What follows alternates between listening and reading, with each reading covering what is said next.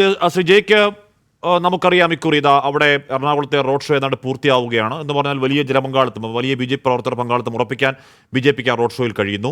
ജയ്ക്കിന് അറിയാം ഇക്കുറി N D എയുടെ മുദ്രാവാക്യം അല്ലെങ്കിൽ ബി ജെ പിയുടെ മുദ്രാവാക്യം തീസരി ബാർ മോദി സർക്കാർ ഇസ് ബാർ 400 പാർ എന്നാണ് മുദ്രാവാക്യം. എന്ന് പറഞ്ഞാൽ 400 സീറ്റിന് മുകളിലേക്ക് പിടിച്ചുകൊണ്ട് മൂന്നാം തവണയും മോദി സർക്കാർ അധികാരത്തിലേക്ക് വരിക. അപ്പോൾ നമുക്കറിയാം ഈ 400 സീറ്റ് പിടിക്കുക എന്ന് പറഞ്ഞാൽ അവിടെ നോർത്തിൽ മാത്രം നടക്കുന്ന കാര്യമല്ല. കേരളമടക്കമുള്ള തെക്കേന്ത്യൻ സംസ്ഥാനങ്ങളിൽ കിട്ടാവുന്ന പരമാവധി സീറ്റുകൾ ഉറപ്പിക്കുക എന്നുള്ളതാണ് ലക്ഷ്യം.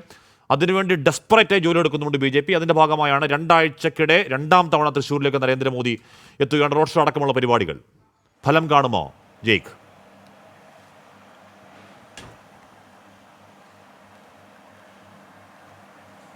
അതിൽ ഞാനൊരു രാഷ്ട്രീയ വിലയിരുത്തൽ പുതുതായി നടത്തേണ്ടതുണ്ടെന്ന് തോന്നുന്നില്ല.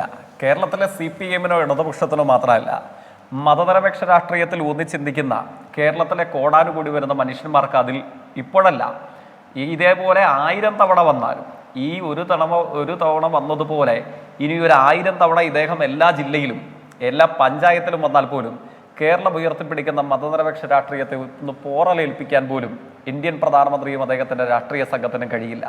എത്രയോ തവണ അത് തെളിയിക്കപ്പെട്ടിട്ടുള്ളതാണ്.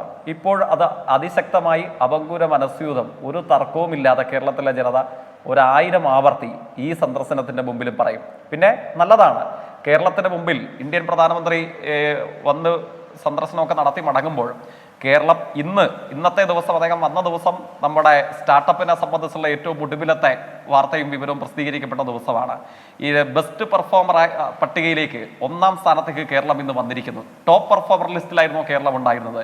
ഇന്ത്യയിൽ തന്നെ ഏറ്റവും മികച്ച സ്റ്റാർട്ടപ്പ് എക്കോസിസ്റ്റമുള്ള 4 വർഷത്തിലധികമായി ടോപ്പ് പെർഫോമർ ആയിരുന്ന ഒരു സ്റ്റേറ്റ് ഇന്ത്യയിലെ ഏറ്റവും മികച്ച സംസ്ഥാനമായി ഇന്നു മാറി. അപ്പം നിരവധി മാനകങ്ങളിൽ ഇന്ത്യക്ക് മുമ്പിൽ വെളിച്ചമാകുന്നത് പോലെ, ഇന്ത്യക്ക് മുമ്പിൽ ഒരു ദിശാസൂചിക എന്നതുപോലെ നിൽക്കുന്ന കേരളത്തിലേക്ക് അദ്ദേഹം വരണം. ഡിജിറ്റൽ യൂണിവേഴ്സിറ്റി ഉദ്ഘാടനം ചെയ്യാൻ അദ്ദേഹം വന്നതാണ്. കേരളത്തിലെ മാത്രം സർക്കാർ ഫണ്ടിൽ ചെലവഴിച്ച് നിർമ്മിച്ച ലോകത്തിലെ തന്നെ ആദ്യത്തെ ഇലക്ട്രിക് മുഖാന്തരമല്ലാതെ പ്രവർത്തിക്കുന്ന വാട്ടർ മെട്രോയുടെ ഉദ്ഘാടന ചടങ്ങിന് അദ്ദേഹം വന്നതാണ്. കേരളത്തിൻ്റെ അഭിമാനകരമായ പല പദ്ധതികളും അങ്ങ് മുമ്പ് അങ്ങയുടെ റിപ്പോർട്ടർ തൊട്ട് മുമ്പ് സൂചിപ്പിക്കുന്നുണ്ടായിരുന്നു. കേരളം ഉയർത്തുന്ന പ്രതിഷേധത്തെ സംബന്ധിച്ച് അങ്ങ് ആങ്കർ എന്ന നിലയിൽ, മാധ്യമപ്രവർത്തകൻ എന്ന നിലയിൽ അങ്ങ് ഒരിക്കലും മറക്കാൻ പാടില്ലാത്തൊരു രംഗമുണ്ടായിരിക്കുമല്ലോ. നമ്മളുടെ ബൈപ്പാസ് ഉദ്ഘാടനത്തിന് കുറച്ചധികം വർഷങ്ങൾക്ക് മുമ്പ് ഇന്ത്യൻ പ്രധാനമന്ത്രി ഇതേപോലെ വന്നിരുന്നു. അന്ന് കേരളത്തിൻ്റെ മുഖ്യമന്ത്രിയെ സാക്ഷി നിർത്തി അദ്ദേഹം പരസ്യമായി ഒരു പച്ചക്കള്ളം, ഒരു വസ്തുതാ വിരുദ്ധമായ ഒരു കാര്യം അദ്ദേഹം പറഞ്ഞിരുന്നു. അത് യൂണിയൻ ഗവൺമെന്റിന്റെ പദ്ധതികൾ പലതും കേരളത്തിൽ നടപ്പാകുന്നില്ല എന്നുള്ളതായിരുന്നു. ആ പദ്ധതികൾ മുഴുവൻ പൂർത്തീകരിക്കപ്പെടുകയും നടപ്പിലാക്കപ്പെട്ടുകൊണ്ടിരിക്കുകയും ചെയ്യുന്നതിന് ഇന്ന് കേരളം സാക്ഷ്യം വഹിച്ചുകൊണ്ടിരിക്കുകയാണ്. നടക്കില്ല എന്ന് ഇന്ന് അദ്ദേഹത്തിന്റെ പുറകിൽ എന്റെയും ആഗ്രഹമാണ്.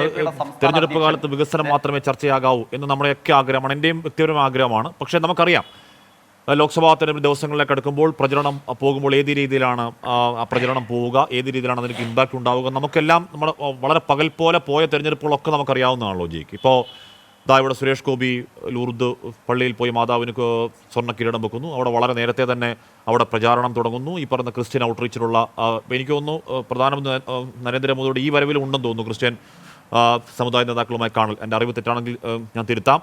അപ്പോൾ അങ്ങനെ വളരെ ഫ്രാൻറ്റിക്കായി ന്യൂനപക്ഷ സമുദായത്തിലേക്കൊക്കെ എത്തിച്ചേരാനുള്ള ശ്രമങ്ങൾ തൃശ്ശൂരിലടക്കം വളരെ സജീവമായി നടത്തുകയാണ്. അപ്പോൾ ഈ വികസനം മാത്രം പറയുന്നത് കൊണ്ട് കഥയുണ്ടാവും അവിടെ. അതിനെ പ്രതിരോധിക്കാൻ LDF-ന്റെ പക്കൽ എന്തുണ്ട് എന്നൊരു ചോദ്യം കൂടിയുണ്ട്, അല്ലെങ്കിൽ UDF-ന്റെ പക്കൽ എന്തുണ്ട് എന്ന ചോദ്യം കൂടി ഇല്ലേ ജയ്ക്ക്?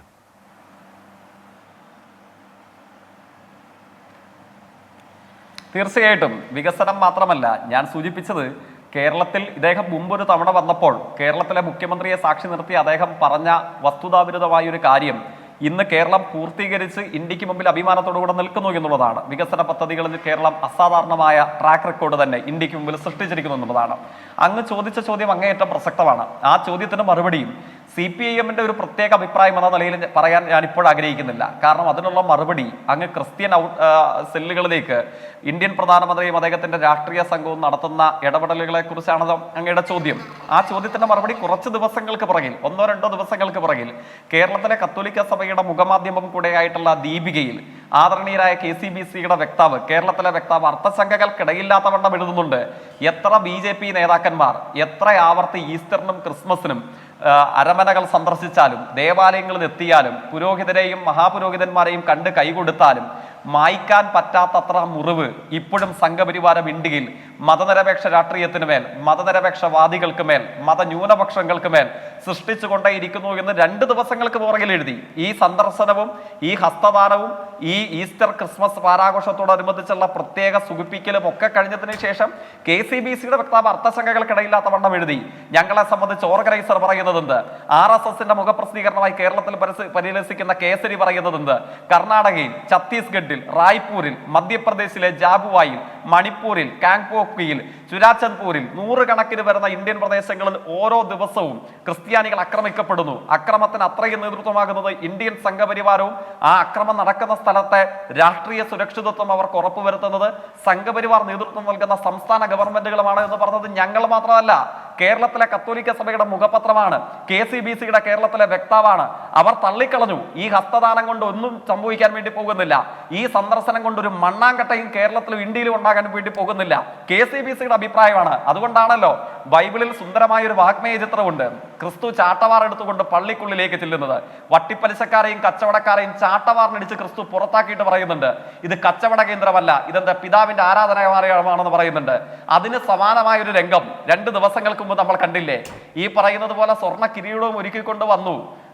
ക്രിസ്തു മതവിശ്വാസികളുടെ വിശ്വാസപ്രകാരം അവർ കന്യകമറിയം അല്ലെങ്കിൽ ദൈവമാതാവായി അവർ ആരാധിക്കുന്ന തിരുസ്വരൂപത്തിന് മുകളിൽ കൊണ്ട് വെക്കാൻ ശ്രമിക്കുകയും അത് താഴെ വീണ് തകർന്ന് തരിപ്പണമാകുകയും ചെയ്തത് നമ്മൾ കണ്ടില്ലേ? കേരളത്തിലെ മുഖ്യധാര മാധ്യമങ്ങൾക്ക് അത് പ്രത്യേക വിഷയമായി അതാരും ചിത്രീകരിക്കുകയും വാർത്തയും സംവാദം ഉണ്ടാകുകയും ചെയ്തില്ല എങ്കിലും നമ്മുടെ സാമൂഹ്യ മാധ്യമങ്ങളിലൂടെ, മാധ്യമങ്ങൾക്ക് ഇഷ്ടപ്പെട്ടില്ലെങ്കിലും സാമൂഹ്യ മാധ്യമങ്ങളിലൂടെ ജനങ്ങളാകെ കാണുകയും ആവേശത്തോടുകൂടെ ആ ദൃശ്യങ്ങൾ പങ്കിടുകയും ചെയ്തില്ലേ?